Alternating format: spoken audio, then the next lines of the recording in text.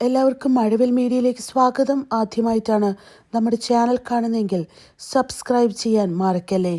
ഞെട്ടിക്കുന്ന ഒരു വാർത്തയാണ് പുറത്തു വന്നിരിക്കുന്നത്. നീലഗിരി ഗൂഡല്ലൂരിൽ വിനോദയാത്രാ സംഘത്തിന് നേരെ കടന്നൽ ആക്രമണം. ആയഞ്ചേരി സ്വദേശിയാണ് ഇതിൽ മരണപ്പെട്ടത്. 2 പേർക്ക് പരിക്കുപറ്റി.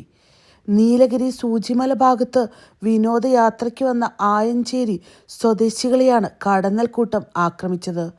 ആയഞ്ചേരി വള്ളിയാട് സ്വദേശി പുതിയോട്ടിൽ ഇബ്രാഹിമിന്റെ മകൻ സാബിറാണ് മരണപ്പെട്ടത്. കൂടെയുണ്ടായിരുന്ന ആസിഫ്, സിനാൻ എന്നിവർക്കും കുത്തേറ്റു. ആസിഫ് കോഴിക്കോട് മിംസ് ആശുപത്രിയിൽ ചികിത്സയിലാണ്. സിനാൻ വയനാട്ടിൽ ആശുപത്രിയിൽ ചികിത്സയിലാണ്. സക്കീനയാണ് സാബിറിന്റെ ഉമ്മ. ഇതേപോലെ മറ്റ് സ്ഥലങ്ങളിലേക്കൊക്കെ, അതും പ്രത്യേകിച്ച് അറിയാത്ത സ്ഥലങ്ങളിലേക്ക് യാത്രകൾ ചെയ്യുന്നവർ വളരെയധികം ശ്രദ്ധിക്കണം. വളരെയധികം ഭയപ്പെടുത്തുന്ന രീതിയിലാണ് കടന്നൽക്കൂട്ടം ആക്രമിച്ചത്. ശരീരത്തിൽ കടന്നൽ കുത്താത്ത ഒരു സ്ഥലം പോലും ഇല്ലാത്ത രീതിയിൽ കടന്നലുകൾ ആക്രമിച്ചു.